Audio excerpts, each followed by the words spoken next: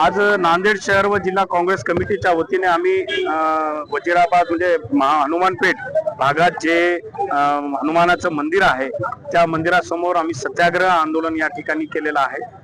काँग्रेस पदाधिकाऱ्यांच्या वतीने आपण बघू शकता की जे संपूर्ण भारतवासियांचं जे श्रद्धास्थान आहे, शक्तिस्थान आहे, प्रभू श्री रामचंद्र यांचं जे मंदिर निर्माण झालं अयोध्येमध्ये, त्या मंदिर निर्माण मध्ये प्रत्येक भारतीय सामान्य नागरिकातील भारतीयांचं काही ना काही स्वरूपात योगदान दिलेलं आहे। जसं जमल तसं शेतकऱ्यांचं आहे, कष्टकऱ्यांचं आहे, पण आज मोठ्या प्रमाणात त्या ट्रस्टच्या माध्यमातून घोटाळा उघडकीस आलेला आहे। कितीतरी करोडो रुपयाचा हिशोब लागत नाहीये, मौल्यवान दागदागिने मिळत नाहीयेत, चांदीचे दागदागिने मिळत नाहीयेत, त्यांनी जे जमिनी घेतल्या ते कोणत्या भावामध्ये घेतलेल्या आहेत ते त्यांनी स्पष्ट करत नाहीयेत।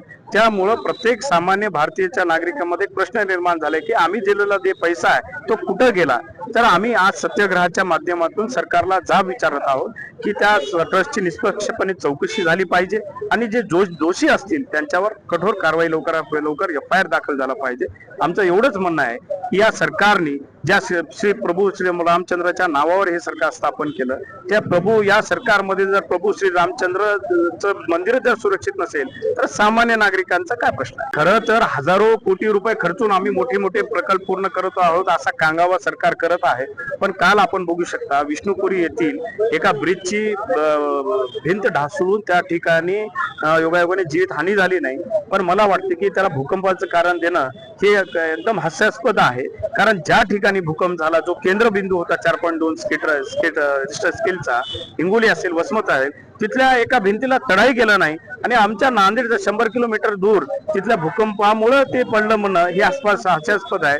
मला वाटतं की सरकारने याची उच्चस्तरीय चौकशी केली पाहिजे आणि लवकरात लवकर दोषीवर कठोर कारवाई केली पाहिजे हे मागणी करतो।